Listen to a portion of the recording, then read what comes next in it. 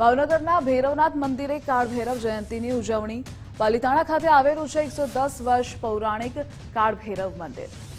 આજના દિવસે દાદાને વિશેષ શણગાર કરવામાં આવ્યો।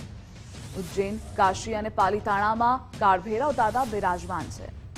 આજે કાળભૈરવ જયંતીને લઈ મંદિર પરિસરમાં વિવિધ કાર્યક્રમો છે। કાળભૈરવ દાદાના આજના અલૌકિક દર્શન કરવા ભક્તો ઉમટ્યા। તો દાદાના દર્શન કરી લોકોએ ધન્યતા અનુભવી છે। અને આ મુદ્દે સંવાદદાતા કુનાલ જોડાયેલા છે। કુનાલ, કાળભૈરવ જયંતીની ઉજવણી ઠેર ઠેર થઈ રહી છે। જે મંદિરમાં આપશો ત્યાં કેવો ઉત્સાહ?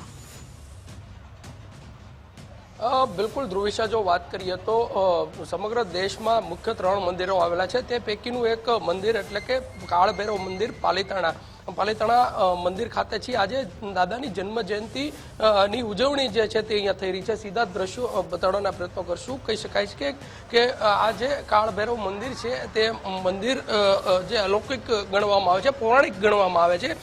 આ પ્રકારના જે દાદાના શૃંગાર છે તે આજના વિશેષ શૃંગાર અહીંયા આગળ કરવામાં આવ્યા છે। કહી શકાય કે આજના દિવસનું અનેરું મહત્વ છે ને મહત્વને લઈને વિશેષ જે પૂજા અર્ચના છે તે સવારથી જ જોવા મળી રહી છે। પ્રથમ કહી શકાય કે પૂજા વિધિ બાદ જે ધ્વજારોહણ છે તે સવારે કરવામાં આવ્યું। ત્યારબાદ વિવિધ કાર્યક્રમો છે તે હવે આ મંદિર પરિસર તરફ જે છે તે થનાર છે। રાત્રિના મહાયજ્ઞ છે તે મહાયજ્ઞનું પણ આયોજન છે તે કરવામાં આવ્યું છે। ભક્તો જે છે તે ભક્તો પણ વહેલી સવારથી જ દાદાના દર્શન માટે અહીંયા આગળ પહોંચી રહ્યા છે। આપણી સાથે કાળભૈરવ મંદિરના મહંત છે રમેશભાઈ શુક્લ, એમની સાથે સીધો સંવાદ કરશું। આજે દાદાની જન્મ જયંતિ શું કહેશો? કાળભૈરવ સારા ભારતમાં 3 જગ્યાએ મહત્વ ઉજવાઈ રહ્યું છે। આશરે 18 લાખ વર્ષ પહેલા ભગવાન શિવની જટામાંથી કાળભૈરવ પ્રગટ થયા। વિષ્ણુરવ યશસ ભૈરવ। કાળભૈરવ જયંતિ નિમિત્તે સર્વને હેપી કાળભૈરવ જયંતિ અસ્તુ।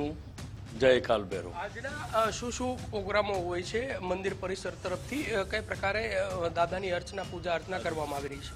સવારે ધ્વજારોહણ, પછી રુદ્રાભિષેક, તેમજ 12 વાગે મહાભોગ, 4 વાગે શણગાર દર્શન, મહાઆરતી, તેમજ રાત્રે 8 થી 12 મહાયજ્ઞનું આયોજન કરવામાં આવ્યું છે। હજારો ભક્તો પણ એમાં વિશેષ લાભ લઈ રહેવાના છે।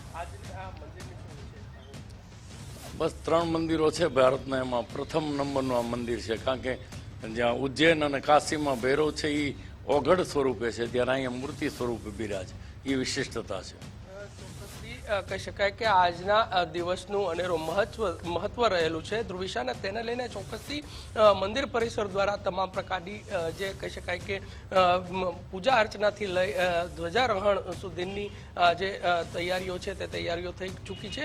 રાત્રિના કહી શકાય કે મહાયજ્ઞ છે તે મહાયજ્ઞનું આયોજન પણ કરવામાં આવ્યું છે। મોટી સંખ્યામાં ભાવનગર વાસીઓ સહિત કહી શકાય કે અન્ય જિલ્લાઓમાંથી પણ આ દાદાના અલૌકિક જે દર્શન છે તે દર્શન માટે અહીંયા પહોંચી રહ્યા છે। ધ્રુવિશા, જી કુનાલ, જોડાવા બદલ આભાર આપનો।